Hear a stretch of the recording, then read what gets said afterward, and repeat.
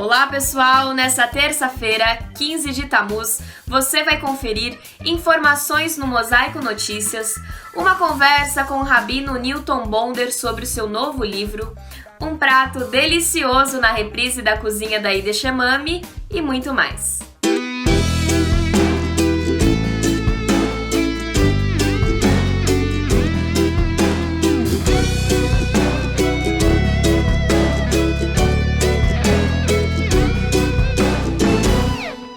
Bem-vindos ao Mosaico na TV, o programa de TV há mais tempo no ar na televisão brasileira. E como de costume, num oferecimento do Hospital Albert Einstein, vamos às notícias da semana com Rony Gottschalk. Rony, é com você.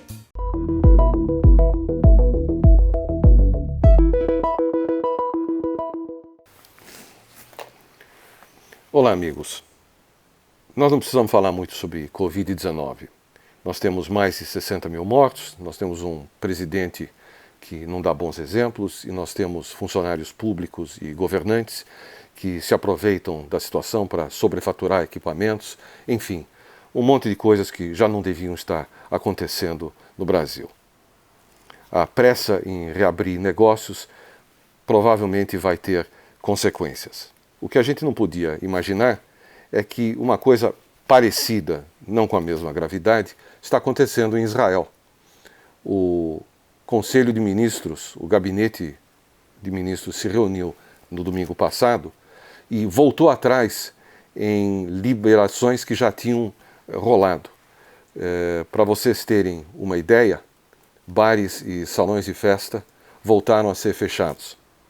Restaurantes estão agora limitados a 20 pessoas dentro e 30 pessoas fora. Sinagogas, só 19 pessoas por sessão. Academias de ginástica e piscinas fechadas também. Espetáculos, evidentemente, continuam suspensos. Os eventos esportivos podem ser realizados, mas sem público. Nos hotéis, as academias fechadas e os seus restaurantes não podem receber mais que 20 hóspedes por vez. Colônias de férias estão liberadas apenas para crianças do primeiro, segundo e terceiro anos primários. Ônibus, só 20 passageiros por vez, com janelas abertas e sem ar-condicionado. Funcionários públicos, 1/3 deles foi mandado para casa, home office, e reuniões não podem ser feitas com mais de 20 pessoas, todas elas usando máscaras.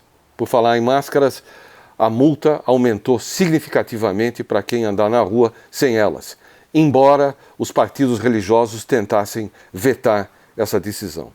Por falar em partidos religiosos, a única coisa que continuou realmente igual é o funcionamento das yeshivot, as escolas religiosas, com todas as consequências ruins que virão delas.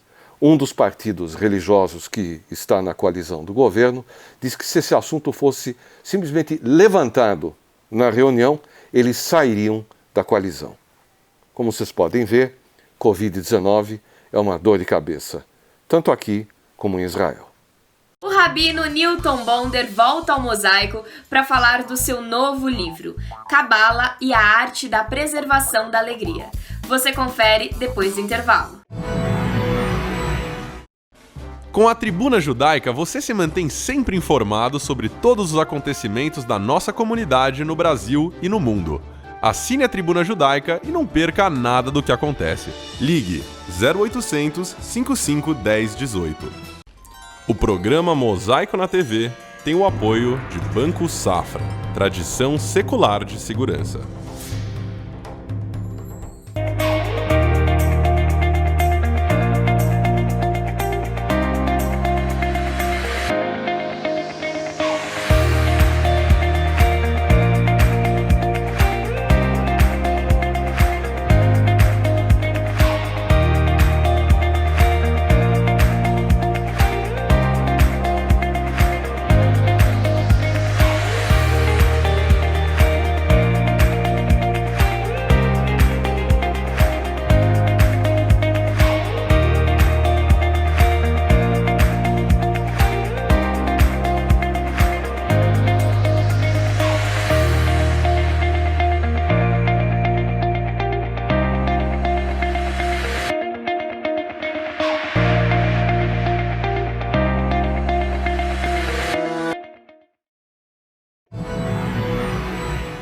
Amigos do Mosaico, nós temos o enorme prazer de receber novamente, não no nosso jardinzinho, na nossa pracinha, mas virtualmente, o Rabino Newton Bonder. Newton, muito obrigado por arrumar um tempinho para conversar conosco. Eu que agradeço aí, já sou, frequento aí o programa, acho que já tem umas 3 décadas e mais, entre 3 e 4 décadas. Newton, eu não sei se você tem o dom de prever as coisas, mas você está lançando um livro que chama A Cabala e a Arte da Preservação da Alegria. Eu não sei muito a respeito, mas eu desconfio que ele se encaixa perfeitamente nas circunstâncias de pandemia e quarentena que nós estamos vivendo. Eu acho que sim. Eu não, sinceramente, acho que não foi. Gostaria de ter esses dons, não tenho. Mas o que aconteceu, na verdade, eu estou escrevendo uma série. Talvez esse tenha sido o lugar que eu possa dizer que intuitivamente eu tive um movimento correto. Que antes de começar a pandemia, isso já por volta de novembro do ano passado, eu propus à editora Rocco de fazer uma série de livros, que eram 7 livros. Né?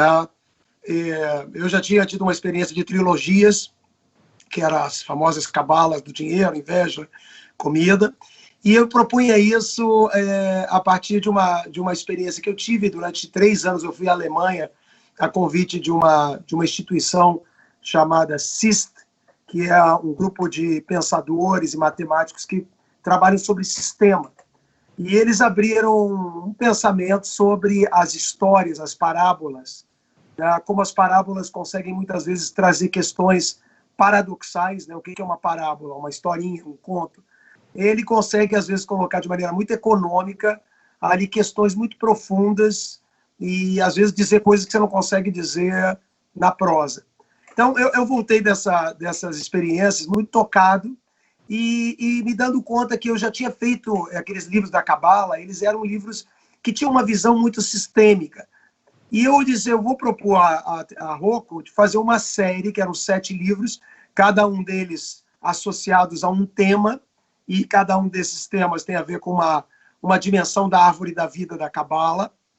E os temas eram risco, o livro foi publicado, se chama A Cabala e a Arte e Manutenção da Carroça, foi o primeiro livro.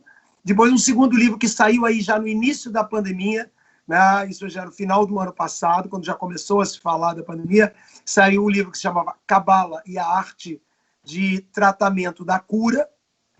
E esse é o terceiro livro dessa série de 7, que é a Preservação da Alegria.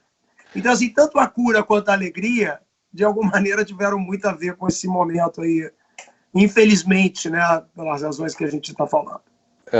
Newton, a preservação da alegria está na Cabala?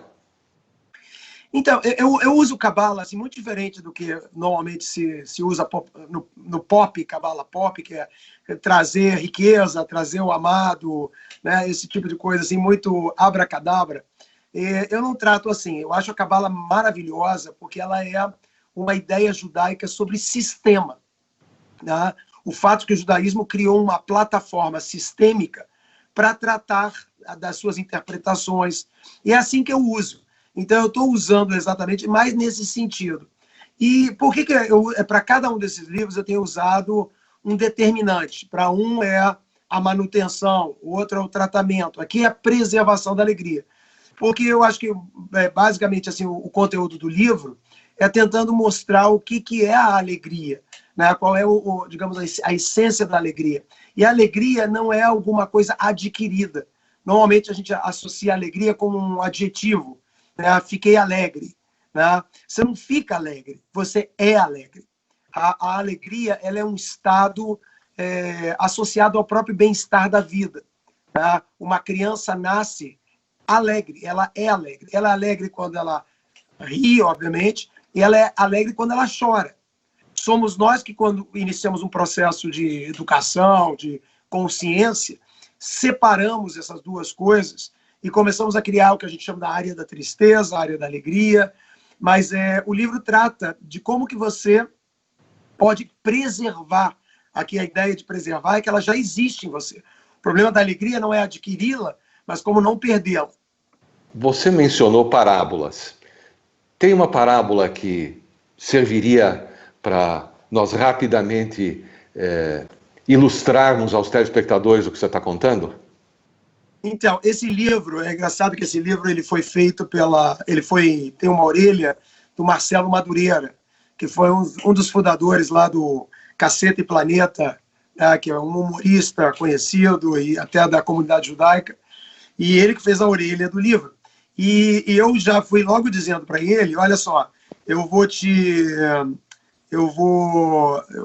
avisar de que esse é um livro sobre alegria e não tem uma única piada nesse livro, né? Em que eu vou basicamente assim explicando e as histórias, né, elas estão muito voltadas, digamos assim, a 4 elementos que eu vou apresentar apresento no livro. Todos esses livros eles são sempre divididos em 4 áreas. Então, as áreas da alegria são o gosto, que é a área física da alegria, a sinceridade, que é a área emocional da alegria, a autenticidade, que é a área intelectual da alegria, e a graça, que é a área espiritual da alegria.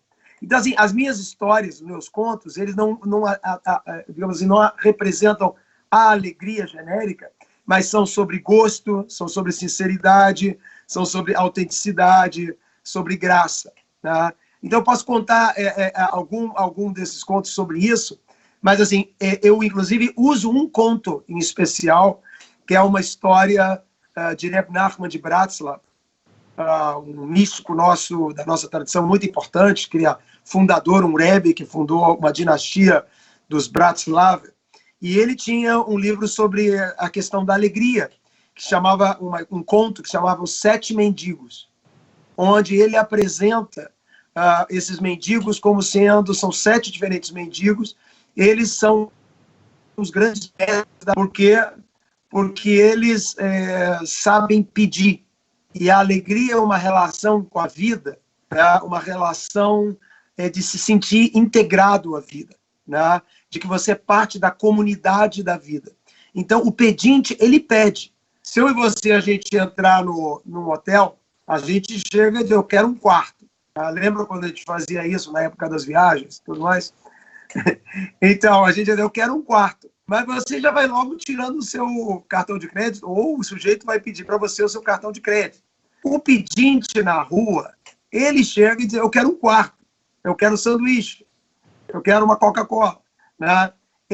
A arte do pedir, a arte de viver a vida, nós desconstruímos muito isso no momento em que a gente construiu um mundo em que ele é todo a um contrato social de respeito, mas onde você não se sente integrado verdadeiramente a uma comunidade. Esse é um dos problemas que a gente está tendo com essa pandemia, que as pessoas se descobrem brasileiros, mas que não existe uma comunidade que cuida. A nossa comunidade judaica tem qual o grande valor dessa... Nós temos um conceito de comunitas, de comunidade, muito importante, porque você não só é um membro, né, de um grupo, tem uma identidade, mas nós dizemos isso, Kol Israel Arevim Zelazé. Todo judeu é responsável um pelo outro. Então, assim, essa história é a minha história mais importante do livro, que percorre várias dessas coisas, onde o personagem que ensina a alegria é um pedinte, e essa história começa com talvez um elemento também importante da alegria. Primeiro, então, é pedir, saber pedir a vida, acordar de manhã e dizer eu quero. Não é dizer eu quero, mas eu não tenho dinheiro, eu quero, mas eu não posso, eu quero, mas... Né? Você primeiro acorda pedindo, que é uma bênção. Quando você acorda na tradição judaica, você agradece que está tudo funcionando, e você começa a pedir para que as coisas que são fundamentais. Então, essa disposição é que é a alegria.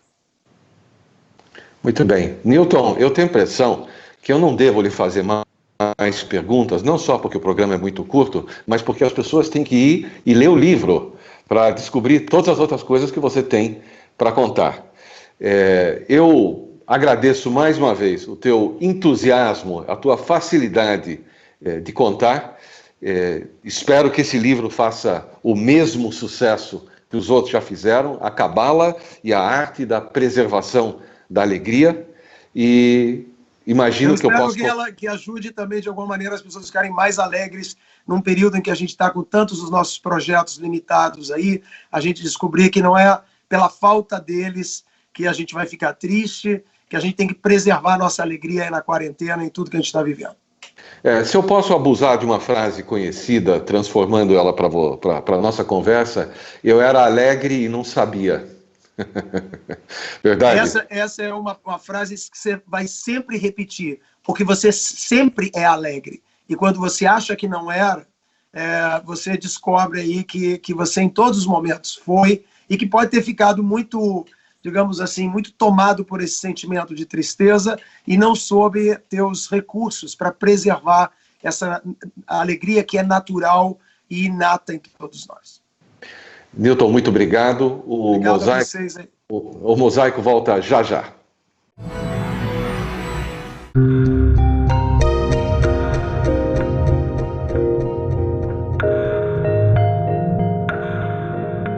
Você não nos visita muito, mas temos que estar sempre arrumados.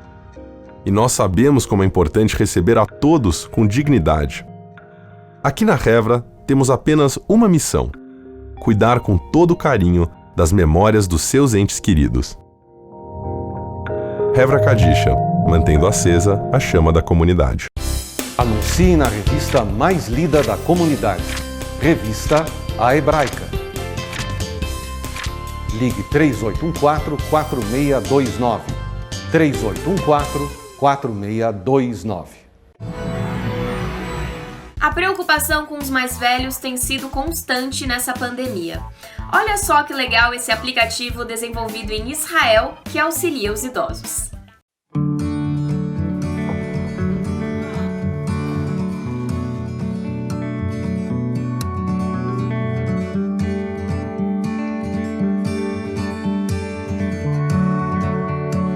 Door-to-Door is a technological project that combats COVID-19 by connecting elderly to volunteers based on their location using an app we've developed for this exact need. Because of the coronavirus, the elderly was afraid to leave the house. So instead of letting them go to the grocery store or go to the pharmacy, the volunteers just went for them and bought whatever they needed and just left it outside the closed door to keep both sides safe. When COVID-19 started, I think that we're not the only one that thought of the elderly and how will they be able to go through this period of time. And we currently have around 10,000 volunteers nationwide. And I hope that if someone will see this, it'll give them some motivation the next time there is a crisis to use the tools and skills they have to be able to help their communities as well. Door-to-Door is a fun game between door as if the door to the house and door as if generation. This is the Israeli DNA. We know how to react fast and we know how to take care of our own. And we saw that in the coronavirus and we see that in other crises. One of the elderly called us and just said, "It is just like you're telling me, Grandpa, you're not alone." These are the moments that we are the most proud that we build Door-to-Door. Inverno combina com um bom prato quente, não é? Vamos revisitar a deliciosa receita de fondue que o chefe Breno mostrou em 2018. É com você, chefe. Oi, Tchemame, como vai? Muito frio aí? Frio, né? Frio é sinônimo de fondue. Oh, coisa boa. Uma mesinha, a fondue é a fondue. Fondue é uma palavra feminina. Em cima da mesa, um bom vinho, você e o Idchetote, né? Pode até dar um climazinho, quem sabe? Então, hoje é dia do verdadeiro fondue neuchâteloise na cozinha da Idchemame.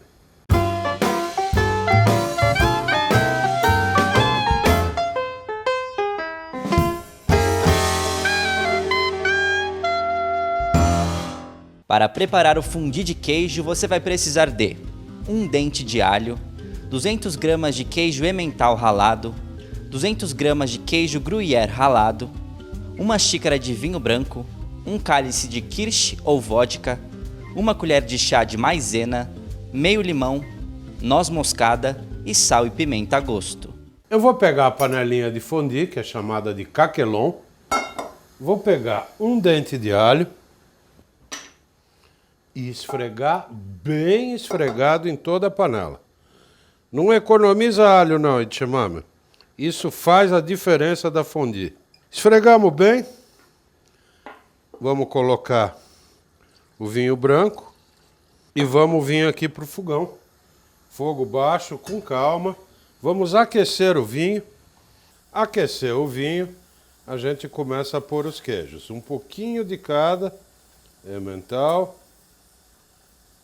gruyère. E vamos mexendo devagarzinho, com calma. Essa é a hora que teu fondue pode desandar e dar tudo errado. Aí, ele ficou bom? A gente põe mais emmental, mais gruyère. Enquanto eu mexo, eu vou pegar o kirsch e vou jogar aqui para dissolver a maisena. Agora que ele derreteu bem derretido, você vai entrar com o kirsch e a maisena, gotinhas de limão. Isso não é para temperar, não. A acidez do limão vai impedir o fondue de desandar no calor. Pimenta do reino, a branca, para não sujar o fondue, salzinho. E indispensável no fondue, a noz moscada, que tem sim que ser ralada na hora. Tá aí, Edchemame, la fondue neuchâteloise para uma boa noite de frio. E você já sabe, deixou o pãozinho cair no queijo, tem que dar um beijo no convidado da esquerda. A gente se vê no próximo Cozinha da Edchemame.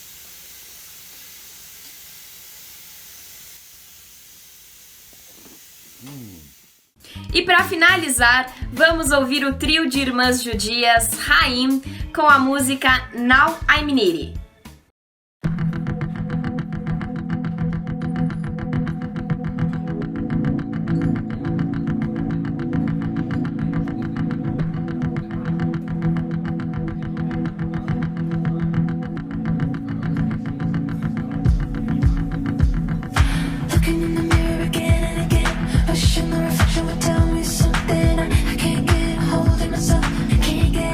Situation, walking in the street light, thinking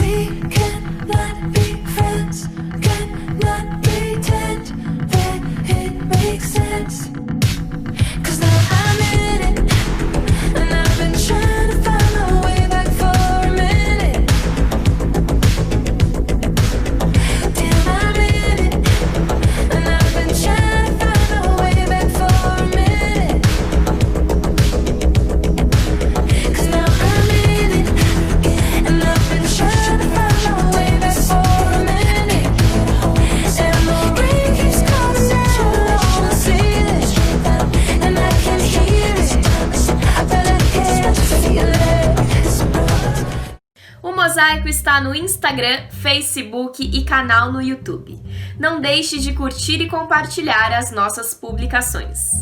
E na próxima sexta, acenda as velas de Shabat às 17h15. E quando essa quarentena acabar, não deixe de ir ao Kabbalat Shabat do Beitel, Rua Caçapava 105. Eu vou ficando por aqui, eu agradeço a sua companhia de sempre.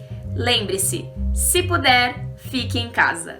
Shalom Mosaico, até o próximo programa.